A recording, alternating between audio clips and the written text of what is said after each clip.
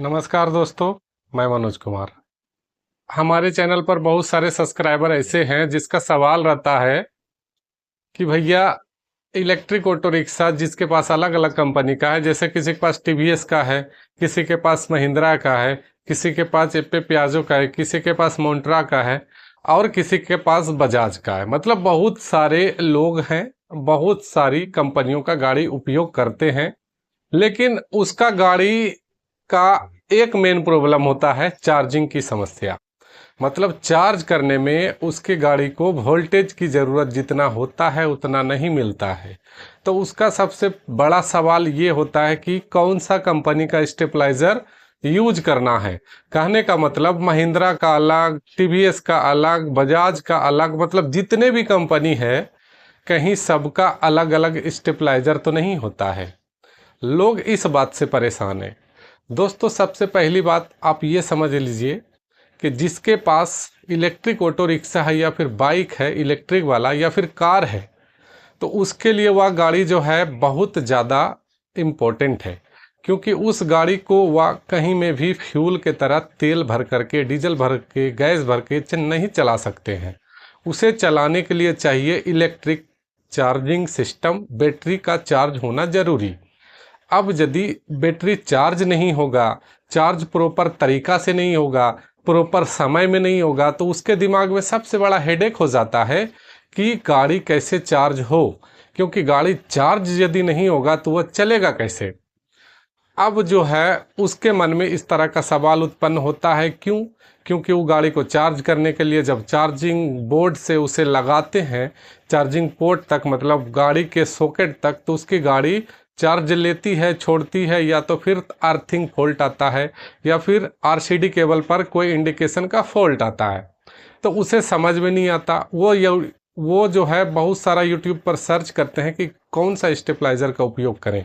तो बहुत लोग हमारे वीडियो ही देखे होंगे कि कौन सा स्टेबलाइज़र मैंने ज़्यादातर बताया है। तो हर लोग सोचता है बजाज का अलग होता होगा, महिंद्रा का अलग होता होगा। तो इन सभी सवालों का सीधा जवाब आपका ये है कि भाई साहब, आप गाड़ी कोई भी खरीदिए या फिर आपके घर में इलेक्ट्रिक कोई भी उपकरण जब आप चलाते हैं तो स्टेबलाइज़र लगाते हैं। स्टेबलाइज़र क्यों लगाते हैं? वोल्टेज स्थिरता के लिए स्टेबलाइज़र लगाया जाता है। स्टेबलाइज़र का मुख्य काम होता है वोल्टेज को स्थिर करना। कहने का मतलब आपके घर में अभी तक जितने भी इलेक्ट्रिक सामान है ना, उसका उपयोग आप यदि करते हैं तो जैसे तैसे चल रहा है, वो उसे वोल्टेज की ज़रूरत जितना मिलनी चाहिए उतना नहीं मिल रहा, फिर भी वो चल रहा है, तो आप उस पर ध्यान नहीं देते हैं। ये एकदम कठोर सत्य है, क्योंकि जैसे चल रहा है उसे चलाते हैं। टीवी चल रहा है नॉर्मली चल रहा है, पंखा चल रहा है नॉर्मली चल रहा है, जो भी चीज़ है आपके घर में, कूलर वूलर सब आप नॉर्मली चलाते हैं। लेकिन जब आप गाड़ी खरीदते हैं तो उसको प्रॉपर वोल्टेज चाहिए। अब वोल्टेज कौन स्थिर करेगा? स्टेबलाइज़र। तो स्टेबलाइज़र का मुख्य काम होता है 90, यदि आपका वोल्ट रहे तार में, मतलब करंट वोल्ट 90 से कम रहे, तो उसे आपके ज़रूरत तक वो जो है पहुंचा देते हैं, माने वोल्टेज को हाई कर देते हैं। और यदि वोल्टेज ज़्यादा रहे तो उसको वह आपके जितना ज़रूरत है उतना करके उसे चार्ज करते हैं। मतलब वोल्टेज को लिमिट रखते हैं, स्थिर रखते हैं। और कोई कारण यदि स्टेबलाइज़र से बाहर, मतलब पोल के तरफ वायर में कोई फॉल्ट होता है, ट्रांसफार्मर में कोई खराबी होता है, तो वह झटका स्टेबलाइज़र झेल करके आपके घर के सारे उपकरण को सुरक्षित रखता है। इसलिए स्टेबलाइज़र का उपयोग करते हैं। तो गाड़ी चार्ज करने के लिए आपको वोल्टेज स्थिरता की ज़रूरत है। इसके लिए भैया आप किसी भी कंपनी का स्टेबलाइज़र खरीदिए, कोई भी गाड़ी हो, बस आपके घर के वोल्टेज को स्थिर करने के लिए चाहिए स्टेबलाइज़र। और आप किसी भी कंपनी का स्टेबलाइज़र यूज़ करें। मैंने अपने चैनल पर ज़्यादातर वी गार्ड के बारे में बताया, क्योंकि उसका होम सर्विस है। होम सर्विस मतलब कि यदि ख़राब होता है तो घर पे आकर के ठीक करके जाते हैं, आपको उसे कहीं लेके नहीं जाना पड़ता।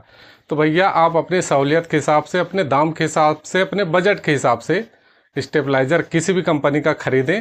और कोई भी गाड़ी है, कोई दिक्कत नहीं है, स्टेबलाइज़र एक ही होता है और जो आपके घर में लग गया वही इम्पोर्टेंट है। तो भाई, आपको यह वीडियो अच्छा लगा हो और आप यदि हमारे चैनल पर नए हैं तो हमारे चैनल को सब्सक्राइब करें, वीडियो को लाइक करें और कमेंट्स के माध्यम से अपना राय दें।